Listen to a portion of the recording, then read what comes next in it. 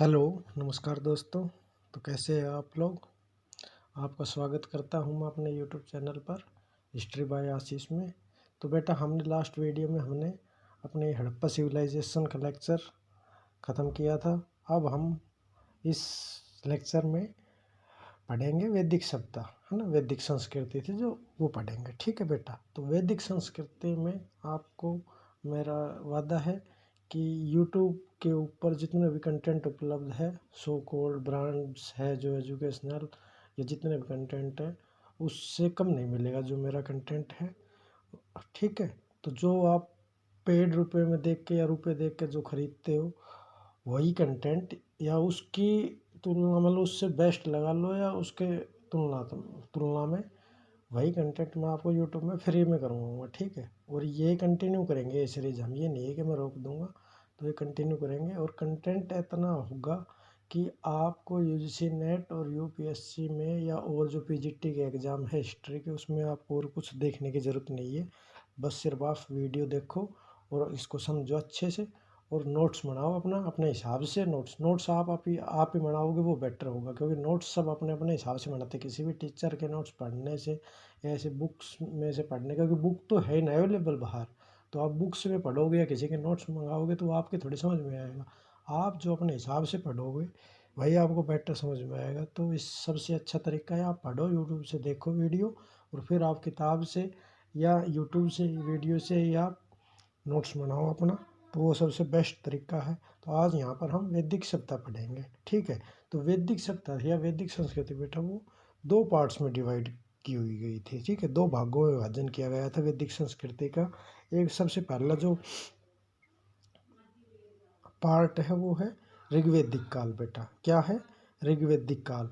इसका time period क्या था? 1500 ईस्वी पूर्व से बेटा 1000 ईस्वी पूर्व था। क्या था इसका टाइम पीरियड? 1500 ईस्वी पूर्व से 1000 ईस्वी पूर्व था। और सेकंड पार्ट है वो है उत्तर वैदिक काल बोला जाता है। इसका टाइम पीरियड क्या है? 1000 ईस्वी पूर्व से 600 ईस्वी पूर्व। तो आज हम इस लेक्चर में हम बेटा ऋग्वैदिक काल अथवा पूर्व वैदिक काल को डिस्कस करेंगे। इसका टाइम पीरियड क्या है? 1500 ईस्वी पूर्व से 1000 ईस्वी पूर्व। ठीक है। तो ऋग्वैदिक काल पढ़ेंगे आज हम।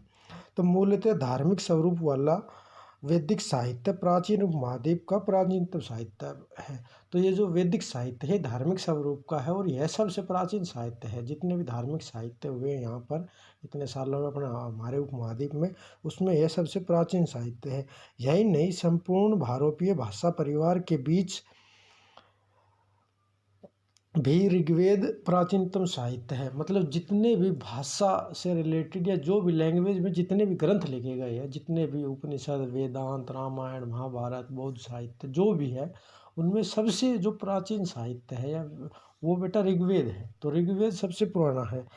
जो यह भारतीय संस्कृति है जो ये प्राय 5000 वर्षों की है, उसके आदर्श वैदिक साहित्य की देन है। तो हमारी जो जो हिंदू सनातन धर्म है, जो हम अभी जो करंट वर्तमान में जो हम जीवन जीते हैं, जो हमारे रिचुअल है, रीति रिवाज है हिंदू धर्म में, या जो हमारे हम जी रहे हम फॉलो करते हैं एज ए हिंदू, जो भी हम हैं, वो सारे हमारे किसके आदर्श है वो या किसकी देन है? वो इसी वैदिक साहित्य की देन है बेटा।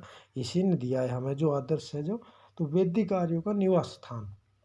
तो अब क्या होता है बेटा कि जो ये आर्य थे जिन्होंने ये संस्कृति को, ये सभ्यता को बसाया था, तो इसमें फिर इतिहासकारों में फिर से वही है कन्फ्यूजन है कि ये वे मानते हैं कि इनका मूल निवास स्थान क्या था वैदिक आर्यों, मतलब ये भारत आकर बसे तो कहाँ से आए थे, कहाँ से आए थे, तो कहाँ निवास स्थान था इसका।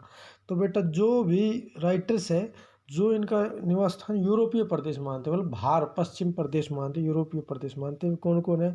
हंगरी का डेब्यू नदी घाटी मानना है किसने?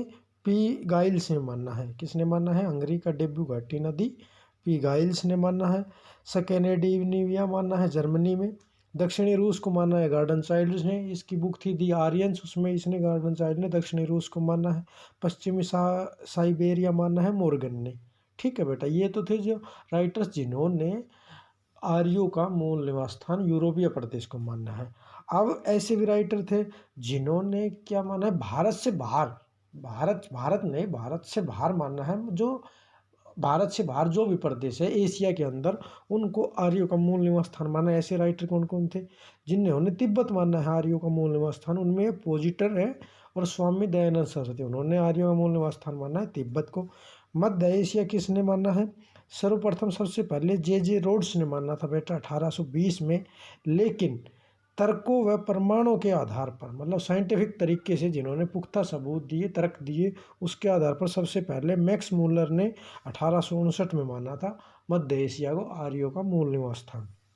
उसके बाद बेटा बाल गंगाधर तिलक ने अपनी पुस्तक Arctic home in the Vedas में उत्तरी ध्रुव नॉर्थ पोल को आर्यों का मूल निवास स्थान मानना है। तो गंगाधर ने क्या माना है? नॉर्थ पोल को आर्यों का मूल निवास स्थान मानना। ये क्वेश्चन भी आता है यहाँ से। तो इनमें से क्वेश्चन बनेंगे आपके क्रोनोलॉजी के कि कौन कौन से किस ने कौन कौन सा आर्यों का मूल निवास स्थान मानना है। तो आप यहाँ से ध्यान से पढ़ेंगे।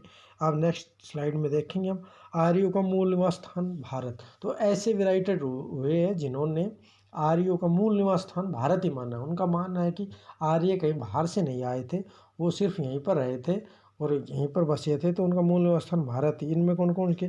सप्तसिंधु प्रदेश किसने माना है? श्री संपूर्णानंद अविनाश चंद्र दास ने माना है। कश्मीरी हिमालय माना है LD कल्ला ने। मध्य प्रदेश माना है राजवली पांडे ने।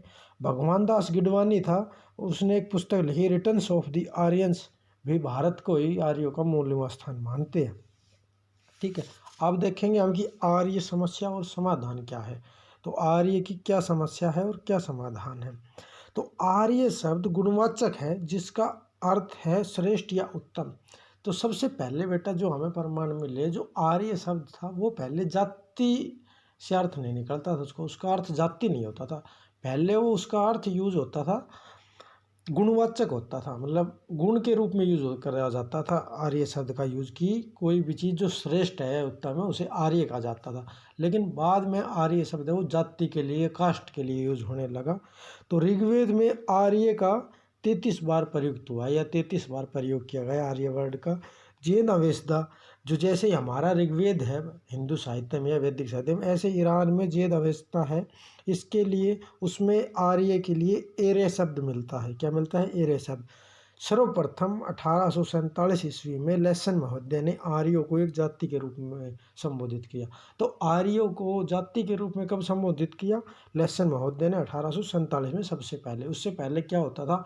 आर्य का अर्थ एक गुण के रूप में होता था या एक गुणवाचक रूप में होता था, उसका अर्थ श्रेष्ठ या सतम। लेकिन 1847 के बाद में लेसन महोदय ने आर्यों को एक जाति के रूप में संबोधित किया। आर्यों की जो प्राचीनतम ग्रंथ है ऋग्वेद, उसकी भाषा संस्कृत है। ऋग्वेद किस में लिखा गया है? संस्कृत में लिखा गया है। ईरान के अति प्राचीन ग्रंथ जैन अवेस्ता के रूप के साथ इसकी समानांतर दृष्टि को होती।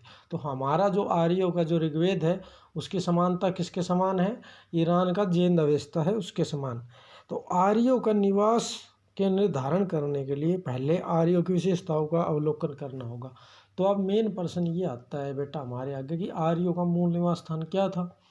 तो अब आर्यों का निवास स्थान के बारे में हम कंफर्म करने के लिए यही था। तो इससे पहले हम आर्यों की विशेषता क्या थी, उन्होंने क्या क्या क्वालिटी थी उनकी, क्या क्या उनकी विशेषताएँ थी, तो वो जानना पड़ेगा। तो हम देखिए, आइए आगे पढ़ते हैं। अब आर्यों का जो हिंद आर्य भाषा है, यह आर्य संस्कृति की सर्वप्रमुख विशेषता रही है। हिंद आर्य भाषा क्या है?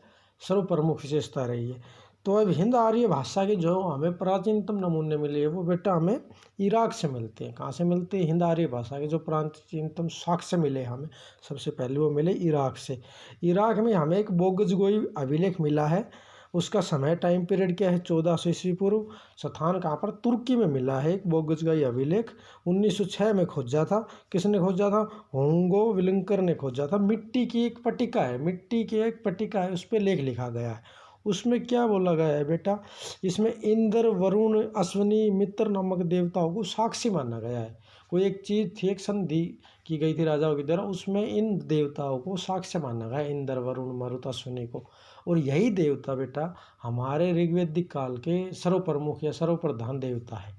तो अब हमें जो इसके बारे में साक्ष्य मिलता है, इस भाषा के बारे में जो हमें लिखा हुआ, जो सबसे पहले साक्ष्य मिला है वो हमें इराक में मिला है, वो बोगजगोई अभिलेख में। तो ठीक है, तो सबसे पहले प्रमाण हमें यहीं से मिला है। उसके बाद मैक्स मुल्लर ने अपनी पुस्तक lecture on the science of language में पितृ और मातृ जैसे संस्कृत शब्द की साम्यता फादर मदर इंग्लिश के वर्डों से की है। और पितर और मातर फारसी से किए।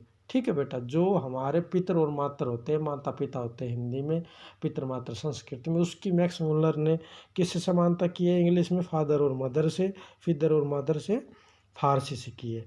ठीक है बेटा, अब आ जाओ आप आशु पालन, मतलब घोड़े पालना। आर्य संस्कृति में घोड़े का स्थान बहुत ऊंचा है। ऋग्वेद में आशु शब्द 215 बार मिलता है। ठीक है, तो आर्यों के लिए घोड़ा बहुत ज़्यादा महत्वपूर्ण था, वे आशु पालन करते थे। और ऋग्वेद में जितने भी ज़्यादा पशुओं का वर्णन मिला उसमें सबसे ज़्यादा बार घोड़े का वर्णन मिला है। कितने? 215 बार। तो इससे हम पता लगा सकते हैं कि घोड़ा आर्यों के लिए कितना स्थान महत्वपूर्ण था। तो और उसके बाद गाय का हमें वर्णन मिलता है 176 बार। ठीक है, युद्ध रथ व आरे वाले पहिए। वैदिक ग्रंथ में वाजपेयी यज्ञ में रथ दौड़ की चर्चा मिलती है। इशार, तो जो रथ दौड़ है या रथ के प्रमाण या आरे वाले पहिए के प्रमाण बेटा हमें हिसार शहर से मिलते हैं। और ये हिसार शहर बेटा हमारा हरियाणा वाला शहर नहीं है, ये ईरान का एक शहर है हिसार। वहाँ से हमें सर्वप्रथम 1800 ईस्वी पूर्व की एक बेलनाकार मोहर मिली, एक मोहर मिली 1800 ईस्वी पूर्व की बेलनाकार। वहाँ पर 6 आरे वाले पहियों का एक रथ किरण, उसमें रथ उत्कीर्ण हुआ मिला है, उभरा हुआ मिला है उस मोहर में। तो हमें सबसे पहले जो रथ दौड़ के या आरे वाले पहिए के निशान कहाँ पर मिलते हैं? हिसार में, ईरान में मिलते हैं बेटा। ठीक है, उसके बाद अग्नि पूजा, यह हिंद आर्यों तथा हिंद ईरानियों की विशेषता है। ऋग्वेद में वेदी की चर्चा मिलती है। तो अग्नि पूजा भी हमें आर्यों में मिलती है, एक विशेषता थी, अग्नि की पूजा भी करते थे। तो अग्नि की पूजा तो आज भी हम करते। देखो अग्नि का महत्व हमारे जो समाज में या धर्म में या जो रिचुअल में अग्नि का आज भी महत्वपूर्ण है। क्योंकि आज भी जो भी चीज़ें की जाती है हमारे समाज में या धर्म में, उसमें सारी चीज़ों में अग्नि की पूजा की जाती है। अग्नि को ही साक्षी माना जाता है, चाहे वो शादी हो या कोई भी हवन हो, सारी जो आहुतियाँ दी जाती है वो अग्नि के सामने बैठ कर दी जाती है, अग्नि को साक्षी मान कर दी जाती है। हम आगे पढ़ेंगे कि हमारे हिंदू धर्म में अग्नि की क्या महत्वपूर्णता थी, वो उसमें अग्नि देवता की क्या महत्वपूर्ण थी, वो हम आगे डिस्कस करेंगे प्रमुख देवताओं में। तो अग्नि हमारे लिए बहुत महत्वपूर्ण है हिंदू धर्म में या इस वैदिक सभ्यता में, ऋग्वैदिक सभ्यता में। सोमपान की प्रथा, तो जो जेद अवेस्ता का होम है, जो ईरान में जो ग्रंथ है उनका जेद अवेस्ता का, उसमें होम है। ऋग्वेद का ही वो सोम है। इफेड्रा नामक एक पौधे की पहचान है, वो सोम से की गई है। तो आज वर्तमान में एक इफेड्रा प्रजाति का पौधा है, उसकी पहचान सोम से की गई है। यह आर्यों का एक प्रमुख पेय था, पीने की चीज़ थी। ऋग्वेद का एक पूरा मंडल ही मतलब सोम को समर्पित है। ठीक है, मध्य एशिया से प्रसारण, मध्य एशिया से मानव प्रसारण की पुष्टि हाल ही में जीव वैज्ञानिकों ने शोध में की है। मध्य एशिया के 40% से अधिक लोगों में तथा दिल्ली के 35% से अधिक हिंदी भाषियों में मिलते हैं।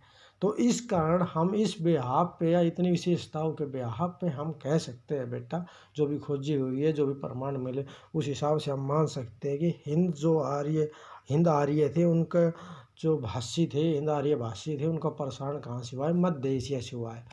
और इसमें भी कई जो राइटर्स हैं वो ये मानते हैं कि उन्होंने आक्रमण किया था। तो ये आक्रमण आर्यों का आक्रमण माना जाता है भारत के ऊपर, और वो यहीं पर बस गए, ऐसा नहीं है। उन्होंने प्रसारण किया था और फिर यहाँ पर भी रह गए, वहाँ से मध्य एशिया से आए और फिर यहाँ पर ही बस गए, जैसे हम उसमें पढ़ते हैं ना। तो प्रसारण किया था, ना कि आक्रमण किया था। तो इसमें ये कन्फ्यूज मत होना। अब देखेंगे हम कि जो ये आर्यों की जो भौगोलिक प्रसार था, मतलब भारत में कहाँ पर आर्य रहते थे, उनका क्षेत्र क्या था, भौगोलिक प्रसार क्या था। तो आधुनिक अफगानिस्तान, पश्चिमी पाकिस्तान, भारत पाकिस्तान का जो पंजाब का क्षेत्र है, भारत का पंजाब का क्षेत्र, और पाकिस्तान का पंजाब का क्षेत्र, और सिंधु घाटी का निचला हिस्सा, ये सब इसमें आर्य जो थे वो निवास करते, ऋग्वैदिक कालीन जो सभ्यता थी वो निवास करते, ये प्रसार का क्षेत्र था। ठीक है, वैदिक संहिताओं में 31 नदियों का उल्लेख है, जिनमें से ऋग्वेद में 25 का उल्लेख है। तो 25 नदियों का उल्लेख मिलता है वैदिक संहिता उसमें ऋग्वेद में। ऋग्वेद काल की सबसे पवित्र व प्रमुख नदी बेटा सरस्वती थी। कौन सी थी? तो सरस्वती सबसे प्रमुख नदी थी और पवित्र नदी थी। जबकि सर्वाधिक वर्णन हुआ है ऋग्वेद में वो सिंधु का हुआ है। कितना हुआ है? सिंधु का हुआ है 3 बार। लेकिन सबसे प्रमुख नदी कौन सी थी और पवित्र नदी थी? सरस्वती थी। ऋग्वेद के नदी सूक्त में वर्णित नदियाँ, तो ऋग्वेद में नदी सूक्त है जो नदियों को समर्पित है, उसमें वर्णित नदियाँ, उसमें नदियों का नाम दिया गया है।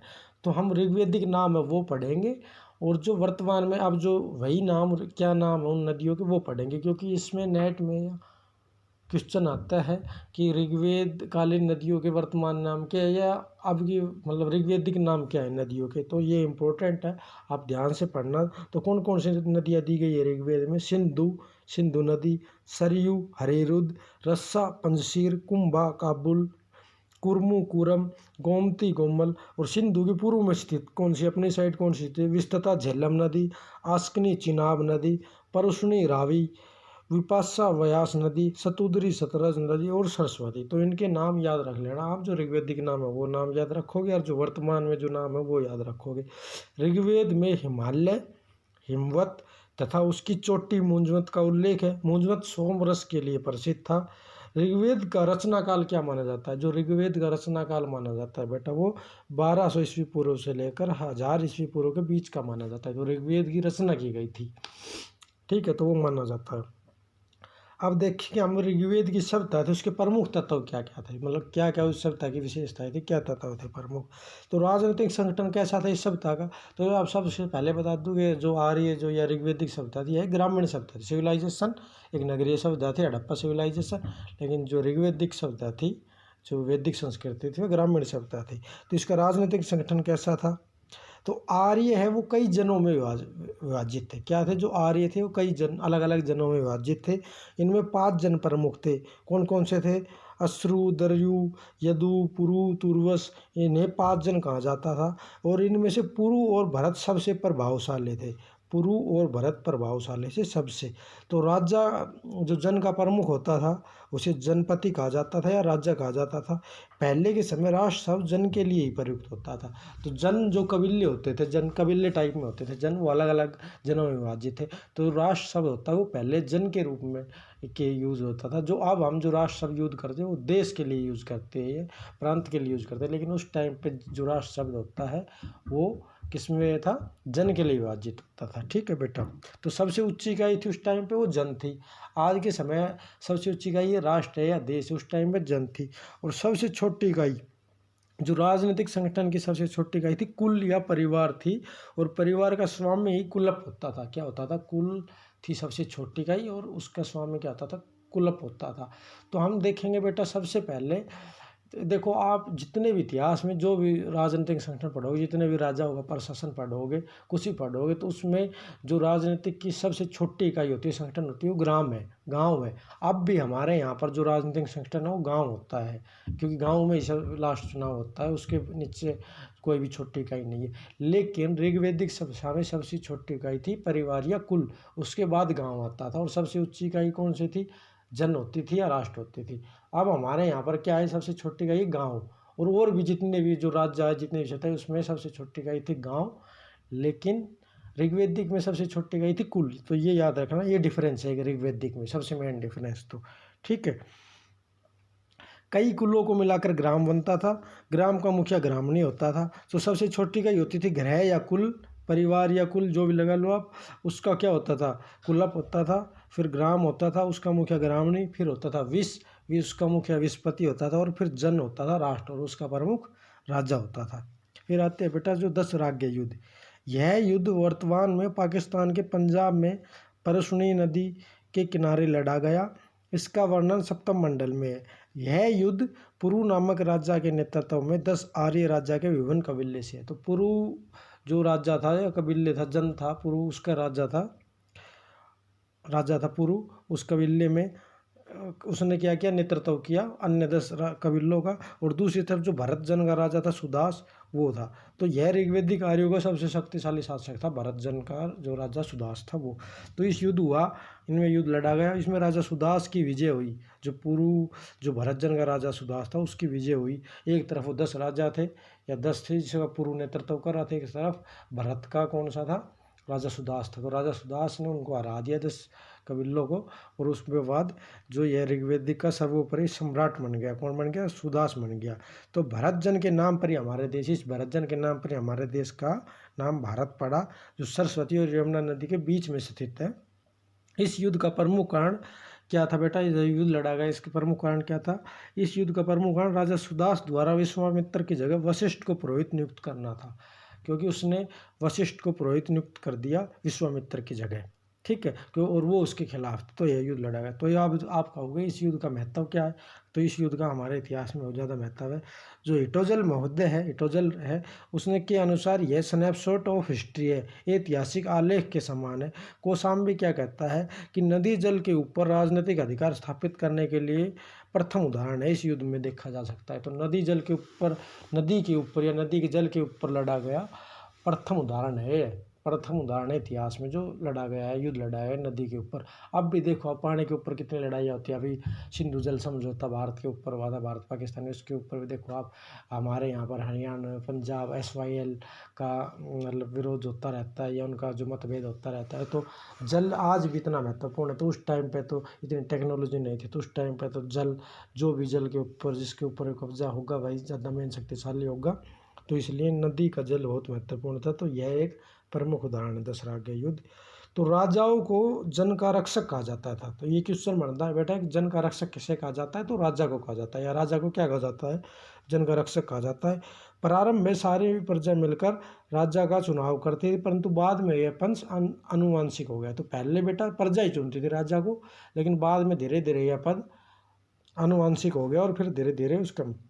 तो राजा का जो प्रशासन चलाने में दो संस्थाएं होती थी, एक सभा होती थी, एक समिति होती थी, ठीक है। तो सभा होती थी वह उच्च कुल की सभा होती थी, उसमें उच्च वर्ग के लोग भाग लेते थे, वह आम लोगों के लिए होती थी, वह उच्च लोगों की सभा होती थी, वही भाग लेते थे, ठीक है। जबकि समिति क्या होती थी, समिति में सर्वसाधारण की सभा होती थी, उसमें आम लोग या आम जनता या आम प्रजा भाग लेती थी, ठीक है बेटा। आज की तरह यही है, जो आज की तरह है, जैसे देश में एक राज्यसभा होती है, एक लोकसभा होती है, लोकसभा में आम लोग भाग लेते हैं, चुनाव होता है लोकसभा में, तो उसमें सभी लोग वोट डालते, सभी प्रजा या देश की जनता है वो वोट डालती है। लेकिन राज्यसभा होती है, उसमें जो कैंडिडेट के चुनाव होते हैं उसमें आम जनता भाग नहीं लेती।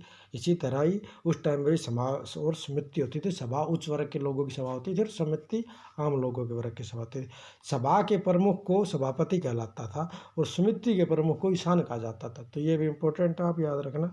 सभा में ऋग्वेद में महिलाएं भी सभा में भाग लेती थी।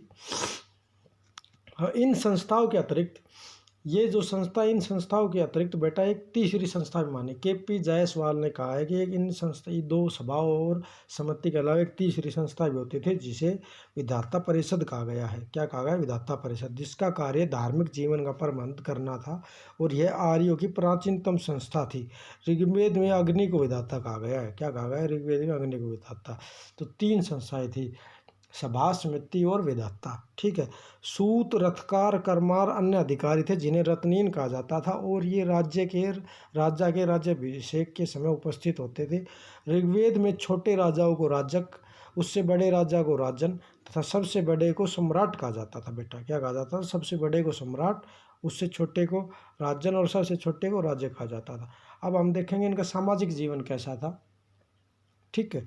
तो सामाजिक जीवन जो ऋग्वेदिक शब्द था उसका सामाजिक, ऋग्वेद समाज का आधार पितृसत्तात्मक संयुक्त परिवार था। आज भी जैसे हमारे समाज का आधार पितृसत्तात्मक है, परिवार ही पिता का, मतलब पिता का मुखिया, परिवार जो पिता ही होता है परिवार का मुखिया। तो उस टाइम पर भी पितृसत्तात्मक था। हमारे इसमें पिता ही परिवार के सदस्यों के सुख दुख का ख्याल रखता था। एक वरुण सूक्त है ऋग्वेद में, उसमें यहाँ तक कहा गया है कि पिता अपने संतान को बेच भी सकता था। वर्ण व्यवस्था, तो ऋग्वेद समाज में प्रारंभ में वर्ण विभेद से रहित था। क्या था? शुरू में ऋग्वेद समाज में वर्ण नहीं थे, वहाँ पर सिर्फ जन निर्माण, उसके पूर्व जो जन थे, जन कबीलों का निर्माण हुआ था, जनों का निर्माण हुआ, उससे पहले पूर्व में लोगों के लिए कृष्टि अथवा चारसणी शब्द होता था। आर्य जब संचरणशील थे बेटा, जब घुमक्कड़ थे तब उनके लिए संरक्षणी शब्द यूज होता था, और जब वो कृषणशील बने, जब वो कृषि करने लग गए तो उनके लिए कृष्टि शब्द का प्रयोग होता था, ठीक है। चर्षणी और कृष्टि शब्द यूज होता, जब संचरणशील थे, जब घुमक्कड़ थे, यहाँ वहाँ घूमते, जब उनके लिए चर्षणी शब्द यूज होता था। जब से उन्होंने कृषणशील करना या कृषि करनी प्रारंभ की तब उनके लिए कृष्टि शब्द यूज होने लग गया। तो शुरू में वर्ण शब्द का रंग व्यवसाय से के अर्थ में प्रयुक्त होता था। तो शुरू में जो पहले वर्ण जो है या जो जाति विभेद है, आप जो कास्टिज्म होता है, वर्ण व्यवस्था थी, उसमें पहले क्या होता था, वो कास्ट के लिए नहीं था, वो शुरू में क्या था, रंग के लिए होता था या व्यवसाय के लिए होता था, ठीक है। ऋग्वेद में सबसे पहले हमारे दो वर्ण मिलते हैं हमें, आर्य और अनार्य। आर्य उच्च लोगों का वर्ण होता था और अनार्य आम लोगों के लिए होता है। दो वर्ण मिलते हैं। जो वर्ण व्यवस्था थी, ब्राह्मण, वैश्य, शूद्र, क्षत्रिय, ये हमें बाद में मिलती। पहले ऋग्वेद में हमें शुरू में हमें आर्य और अनार्य ही मिलते हैं। तो ऋग्वेद के 10वें मंडल के पुरुष सूक्त में हमें सर्वप्रथम शूद्र शब्द मिलता है। क्या मिलता है बेटा? शूद्र शब्द मिलता है।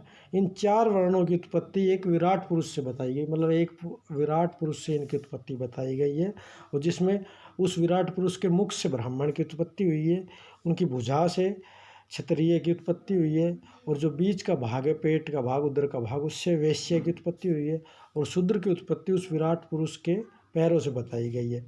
यह वर्ण व्यवस्था का प्राचीनतम उल्लेख है बेटा। ऋग्वेद काल में दास व्यवस्था भी तो ऋग्वेद में जो हमें वर्ण व्यवस्था का प्राचीनतम उल्लेख कहाँ पर मिलता है? ऋग्वेद के 10वें मंडल के पुरुष सूक्त में मिलता है हमें शूद्र शब्द का उल्लेख। ठीक है। अब स्त्रियों की दशा कैसी थी, विवाह कैसा, और स्त्रियों की तो ऋग्वेद में जायदस्तम यानी पत्नी ग्रह कहकर उसके महत्व को स्वीकार किया गया। यह क्वेश्चन हमारे नेट में भी आ चुका है और असिस्टेंट प्रोफेसर में कि जायस्तम शब्द किसके लिए यूज होता था? तो पत्नी के लिए यूज होता था बेटा। ठीक है। या पत्नी ही ग्रह किसके लिए यूज होता था? तो उसकी या जायस्तम शब्द किसके लिए यूज होता था? पत्नी ग्रह किस में कहा गया है? तो ऋग्वेद में कहा गया है। ये याद रखना, बहुत इंपॉर्टेंट प्रश्न बन रहा है यहाँ से। उसके महत्व, वह पति के साथ यज्ञ में भाग भी ले सकती, महिला यज्ञ में भाग भी ले सकती थी। बाल विवाह, विधवा विवाह नहीं होते थे उस टाइम पे। कन्या की विदाई के समय जो उपहार दिया जाता था उसे वहत्तु कहलाता था। और पुनर्विवाह और नियोग प्रथा प्रचलित थी। पुनर्विवाह आपको पता है कि दोबारा शादी, और नियोग प्रथा प्रचलित थी। नियोग प्रथा क्या होती है बेटा? आप ये कहोगे तो नियोग प्रथा क्या होती है? जैसे किसी महिला है या अगर उसके हस्बैंड की डेथ हो गई या उसके पति की डेथ हो गई, तो उसको उसकी शादी उसके देवर के साथ कर दी जाती है। जैसे आज भी हमारे समाज में यह होता है कि किसी के हस्बैंड की डेथ हो जाती है, उसके छोटे भाई से उसकी शादी कर दी जाती है। तो यह तब भी होता था, लेकिन उस टाइम पे यह होता था कि पुत्र प्राप्ति या संतान प्राप्ति के लिए उसके देवर के साथ शादी कर दी जाती थी। ठीक है, विधवा की। तो यह होती है नियोग प्रथा। पुनर्विवाह आपको पता है, ये पुनर्विवाह। समाज में स्त्रियों की दशा सम्मानजनक थी। पर्दा प्रथा प्रचलित नहीं थी। लोपामुद्रा, घोषा, अपाला जो स्त्रियाँ थी वो शिक्षित थी बेटा, पढ़ी लिखी थी, है ना। और जो आजीवन अविवाहित रहने वाली स्त्रियाँ थी उन्हें अमाजू कहा जाता था। क्या कहा जाता था? अमाजू कहा जाता था, जो कुंवारी रहती थी, अविवाहित रहती थी आजीवन। ठीक है। उनका भोजन और वस्त्राभूषण कैसे थे बेटा? तो जौ के दलिया को यवागु कहा जाता था। क्या कहा जाता था? जौ के दलिये को यवागु। सोमरस इनका मुख्य पेय था। अपूप घृतवर्त, घी में पके हुए मालपुए, मंथ दही का मट्ठा। वस्त्र कैसे थे? वस्त्र 3 प्रकार के थे बेटा उस टाइम। नीवी, जो कमर के नीचे पहने जाने वाले वस्त्र थे, या मतलब जो पैरों में पहने जाने वाले वस्त्र, वो नीवी कहलाते थे। वास थे, जो ऊपर के हिस्से में जो वस्त्र पहना जाता था, मतलब अपर बॉडी पे जो वस्त्र पहना जाता था, वो वास कहलाता। अधिवास होता था बेटा जो ऊपर के धारण किए जाने वाले, मतलब जो चादर होता है या ओढ़नी होता है, उसको अधिवास कहते हैं। सिर पर बांधने वाले वस्त्र को उष्णीय कहा जाता था, पगड़ी कहते थे। खादी कंगन होता था। निष्ग्रीव सोने का, गले का सोने का हार होता था बेटा। ठीक है। अब इनका आर्थिक जीवन कैसा था? तो यह ग्रामीण सभ्यता थी, आपको पता ही है। तो उनके आर्थिक जीवन के मूलभूत आधार कृषि व पशुपालन थे। क्या थे? कृषि व पशुपालन। तो ऋग्वेद में हल के लिए लांगन, सुन, फाल, शीर शब्द मिलता है। तो शीर शब्द, ये क्वेश्चन आता है कि हल के लिए क्या शब्द यूज होता है, तो ये क्वेश्चन आपको बनेगा यहाँ पर। मुख्यतः गाय विनिमय का माध्यम थी। गाय को अष्ट करने कहा गया है। अधिकांश युद्ध गायों के लिए ही लड़े जाते थे। तो गाय का महत्व बहुत ज़्यादा था ऋग्वेद काल में। गाय को अघन्य कहा गया है, कि न मारने वाला कहा गया है। क्या कहा गया है? न मारने वाला। क्योंकि पशुपालन था और कृषि आधारित अर्थव्यवस्था थी, तो उस टाइम पे गाय का बहुत ज़्यादा यूज होता था। क्योंकि जो खेती करने के लिए हमें गाय चाहिए, पर या दूध पीने के लिए और भी चीज़ों के लिए गाय चाहिए, तो गाय बहुत ज़्यादा इम्पोर्टेंट थी उस टाइम में। गाय के लिए युद्ध लड़े जाते थे। ठीक है। लेकिन एक विनिमय के माध्यम में रूप में निष्क का उल्लेख में मिलता है। लेकिन निष्क वहाँ पर नियमित स्वर्ण मुद्रा नहीं थी बेटा। यह एक स्वर्ण आभूषण था जो कि विनिमय के लिए यूज होता था। ये एक सिक्के होते हैं ना, वैसा नहीं था निष्क। तो हम जैसे स्वर्ण के सिक्के नहीं कह नहीं सकते निष्क को। निष्क सिर्फ एक सोने का एक आभूषण होता था जिसको व्यापार के लिए आदान प्रदान किया जाता था, जिसके द्वारा व्यापार किया जाता था। ठीक है। तो ऋग्वेद में चांदी का स्पष्ट उल्लेख नहीं मिलता है। अर्थवेद में हमें चांदी का या रजत धातु का स्पष्ट उल्लेख मिलता है। अब इनकी हम देखेंगे धार्मिक जीवन। तो ऋग्वेदिक आर्यों को बेटा, जैसा सामाजिक जीवन जितना आसान है, आर्थिक जीवन जितना आसान है, धार्मिक जीवन उतना ही जटिल है, बहुत ज़्यादा धार्मिक जीवन इनका जटिल है। ऋग्वैदिक व्यवस्था थी जो प्रारंभ में बहुदेववादी थी, मतलब बहुत ज़्यादा देवता थे, लेकिन बाद में वह एकेश्वरवाद हो गई, मतलब एकवाद हो गई। ऋग्वेद के धर्म को हम प्राकृतिक बहुदेववाद भी कहा जा सकता है। इसमें क्या हुआ है कि बेटा, जिस देवता जिस घटना का प्रतिनिधित्व करते हैं, ऋग्वेद में 40 ऐसी ऋचाएँ हैं जो विश्व के सभी देवताओं को समर्पित है। तो ऋग्वेद के ऋषियों ने क्या किया, जो पुरोहित थे या ऋषि, तो उन्होंने क्या किया, जिस समय जिस देवता की पूजा की या उसे ही सर्वोच्च मानकर उसमें ही संपूर्ण जो गुण है उनका आरोपण कर दिया। तो जिस टाइम पे जिस देवता की पूजा की उसे ही सर्वोच्च मान लिया। ठीक है। तो ऋग्वेद में प्रत्येक लोक के 11 देवताओं का निवास मानकर उनकी संख्या 33 बताई गई। तो 3 लोक है हमारे, उसमें प्रत्येक देव लोक में 11 देवता की संख्या मानकर 33 देवता बताई गई। इसलिए हम 33 करोड़ जो देती देवता बोलते हैं ना, वो गलत है। उसका ट्रांसलेशन गलत कर दिया था अंग्रेजों ने। उसमें 33 कोटि है, इसलिए हमारे जो देवताओं की संख्या वो 33 कोटि है, ना कि 33 करोड़ है। तो इनमें 11-11, हर लोक में 11 देवता थे, तो उनकी संख्या 33 थी। वैदिक धर्म मुख्य रूप से पुरोहित द्वारा नियंत्रित धर्म था बेटा। ठीक है। पुरोहित है जो अधिकारी होता था एक धर्म का, उसके द्वारा नियंत्रित था ये वैदिक धर्म मुख्य रूप से। अब ऋग्वैदिक आर्यों के देवताओं की 3 श्रेणियाँ थी। कौन कौन सी? आकाश के देवता, अंतरिक्ष के देवता और पृथ्वी के देवता। तो यहाँ पर मैं आकाश, अंतरिक्ष और पृथ्वी के प्रमुख प्रमुख देवता बता देता हूँ आपको कौन कौन से थे। हयोस था, वरुण मित्र थे आकाश के में, सावित्री थे, पुष्ण थे, आदित्य थे, उषा थी, अश्विन। अंतरिक्ष के प्रमुख देवता कौन कौन से? इंद्र, रुद्र, वायु, यम, प्रजापति, मरुत और मित्र। पृथ्वी में कौन कौन से थे? पृथ्वी, अग्नि, सोम, बृहस्पति और सरस्वती। तो ये प्रमुख देवता थे। 3 अलग अलग श्रेणियाँ डिवाइड की, आकाश, अंतरिक्ष और पृथ्वी। तो अपन प्रमुख देवता कौन कौन से बेटा? इंद्र। इंद्र ऋग्वेद का सबसे महत्वपूर्ण व सर्वप्रधान देवता है। इंद्र को विश्व का स्वामी कहा गया है। यह युद्ध का देवता था, यह युद्ध का प्रमुख देवता था, और भी आंधी तूफान बिजली का देवता, सेकेंडरी था वो, लेकिन सबसे पहले तो यह युद्ध का ही देवता था। इसका वर्णन जो ऋग्वेद में सर्वाधिक 250 सूक्त इंद्र को समर्पित है ऋग्वेद में। तो यह इंद्र का, इससे आप महत्वपूर्ण लगा सकते हो। उसके बाद बेटा अग्नि आता है। अग्नि देवता है, उसका क्या कार्य था? वह देवता व मनुष्य के बीच मध्यस्थ था, मध्यस्थ का कार्य करता था, ब्रिज का कार्य करता था। ठीक है। तो इसके माध्यम से ये देवताओं को स्तुतियाँ दी जाती थी। यह देवताओं का मुख भी है। तो अग्नि की हमारे जो हिंदू धर्म में या वैदिक संस्कृति में बहुत ज़्यादा इंपॉर्टेंस है बेटा। यह हमारे देवता और मनुष्य के बीच मध्यस्थ का काम करता था। तो आज भी आप देखते होंगे जितने भी हवन होते हैं, यज्ञ होते हैं या शादी होती है, उसमें हवन किया जाता है, उसमें अग्नि को ही साक्षी माना जाता है। फेरे लिए जाते हैं या यज्ञ किया जाता है, उसमें अग्नि को ही मानना जाता है। देवताओं को जो भी चीज़ समर्पित की जाती है वो पहले अग्नि को ही समर्पित की जाती है, क्योंकि अग्नि के द्वारा ही वो देवताओं तक पहुँचेगी। क्योंकि अग्नि, मनुष्य सीधा देवताओं के साथ बात नहीं कर सकता या उनसे नहीं पहुँच सकता, अग्नि मध्यस्थ का तक कार्य किया। तो तभी हमारे यहाँ पर हवन किया जाता है, उसमें सब सारी चीज़ें आहुतियाँ डाली जाती है।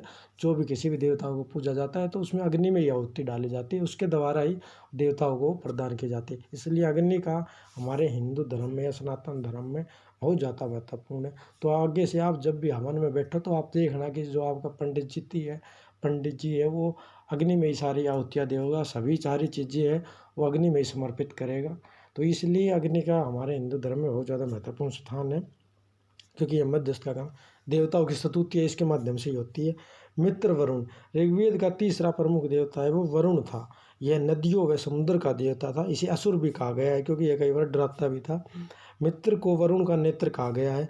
ऋग्वेद में मित्र वरुण भी संयुक्त रूप से मिलते। कालांतर में बाद में जाकर मित्र का संबंध दिन के साथ तथा वरुण का संबंध रात्रि से हो गया था बेटा। एक होती है ऋतु व्यवस्था होती है बेटा। तो प्राचीन वैदिक धर्म में सनातन प्राकृतिक व्यवस्था के संतुलन के सिद्धांत को ऋतु का कहा गया है। तो बेटा संतुलन का सिद्धांत होता है ना, उसको ऋतु व्यवस्था बोला गया है। ठीक है। आप ये होगे संतुलन, मतलब आप देखोगे कि दुनिया में या समाज में सारी चीज़ें संतुलन के आधार पर चल रही है। सूरज अपने समय से उगता है, समय से डूबता है, घूम रहा है। पृथ्वी अपने समय पर चक्कर पर घूम रही है। ठीक है। सारी चीज़ें समय पर चल रही है। अगर कुछ भी चीज़ ऊपर नीचे हो गई तो दिक्कत हो जाएगी, जो प्रकृति में प्रॉब्लम हो जाएगी। तो यही संतुलन का सिद्धांत है कि सारी चीज़, मतलब ऋतु व्यवस्था का मतलब सत्य का नियम है। और वरुण मित्र को ऋतु का संरक्षण कहा गया है। ठीक है। तो सत्य का नियम, क्लियर। तो सोम, अग्नि के बाद पृथ्वी के देवताओं में सोम महत्वपूर्ण है। सोम आर्यों का सर्वोत्तम पेय था। ऋग्वेद का का नौवां मंडल है, ऋग्वेद का नौवां मंडल है, वो पूरा सोम को समर्पित है।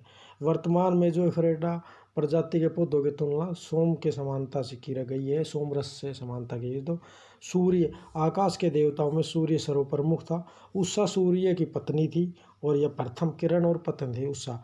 श्वेत घोड़ा है, जो सफ़ेद घोड़ा है, वह सूर्य का वाहन बताया गया है। तो सविता या सावित्री सूर्य का एक प्रतिरूप है। जो गायत्री मंत्र है ना, जो हम प्रेयर में सुबह गाते हैं स्कूलों में, तो वो सूर्य को, सविता को ही समर्पित है बेटा। जो सावित्री है, जो देवता है, उसको समर्पित है। तो आपसे कोई पूछे या क्वेश्चन आ जाएगा ये कि गायत्री मंत्र किसको समर्पित है, तो सावित्री देवता को, सूर्य को समर्पित है। अश्विनी, अश्विनी इस काल का मुख्य वेद देवता था, मतलब चिकित्सा का देवता था, और इसका वाहन बताया गया है गधों से जुता हुआ रस। ठीक है। पुष्ण, तो पुष्ण का मुख्य मार्ग क्या था, कार्य क्या था, भटके हुए पशुओं को रास्ता दिखाना। यह पशुओं का देवता था, लेकिन उत्तर वैदिक काल में हम आगे पढ़ेंगे, नेक्स्ट लेक्चर में उत्तर वैदिक काल पढ़ेंगे, उसमें यह शूद्रों के प्रमुख देवता होगा। विष्णु, ऋग्वेद में विष्णु के 3 पग में धरती नाप लेने की कथा मिलती है। उषा, उषा देवता का क्या कार्य था, समस्त विश्व को जागृत करना। रुद्र, रुद्र भय उत्पन्न करने वाला देवता था, लेकिन उत्तर वैदिक काल में यह भी ब्रह्मा विष्णु महेश में ब्रह्मा का ही पार्ट, उस विष्णु महेश का या शिव जी का ही पार्ट हो गया था। मरुत आंधी तूफान का देवता था और पृथ्वी उसकी माता थी। सरस्वती, यह एक नदी देवी थी और वाक देवी थी, मतलब भाषा की देवी थी और नदी देवी थी। ठीक है। और सबसे पवित्र नदी आपको पता है सरस्वती नदी थी ऋग्वेद में। बृहस्पति यज्ञ पुरोहित का प्रतिरूप था, मैं पुरोहित का प्रतीक और देवताओं के गुरु थी। आदित्य बेटा, आदित्य देवताओं की माँ थी, ऋग्वैदिक काल की सर्वप्रमुख देवी थी। ऋग्वैदिक काल की सर्वप्रमुख देवी कौन सी थी, आदित्य देवताओं की माँ थी। अब क्या हुआ बेटा, ऋग्वेद ऋषियों ने, मैंने बताया था ऋग्वेद ऋषियों ने जिस समय जिस देवता की सर्वोच्च मानकर पूजा की, उसमें गुणों का आरोपण कर दिया, मतलब जिस समय जिस देवता की पूजा की उसे ही सर्वोच्च मानना। तो मैक्स मुल्लर ने इस प्रवृत्ति को हिनोथिज्म कहा है। क्या कहा है बेटा, हिनोथिज्म और पैंथेनिज्म। परंतु यह व्यवस्था का जटिलता ज़्यादा थी, लेकिन यह ज़्यादा हो गई क्योंकि बहुत ज़्यादा देवता हो गए थे, बहुत ज़्यादा जटिल हो गई, तो यह व्यवस्था ज़्यादा दिन नहीं चली। बाद में देवताओं की संख्या कम करने को कुछ देवताओं की श्रेणी एक ही कर दी, जैसे पृथ्वी आकाश को मिलाकर एक कर दिया, और मित्र वरुण को एक कर दिया, उषा रात्रि को संयुक्त कर दिया। ठीक है। तो इसमें बेटा ये आज का हमारा जो है ऋग्वैदिक काल वो हमारा ख़त्म होता है। और आई होप आपको चीज़ें समझ में आई होगी, बहुत ज़्यादा आसान से चीज़ें समझाई गई है, तो आप अच्छे से पढ़ेंगे। ठीक है, अच्छे से तैयारी करेंगे, इसमें से नोट्स बनाएंगे, और उसके बाद हम नेक्स्ट लेक्चर के लिए मिलते हैं। उसमें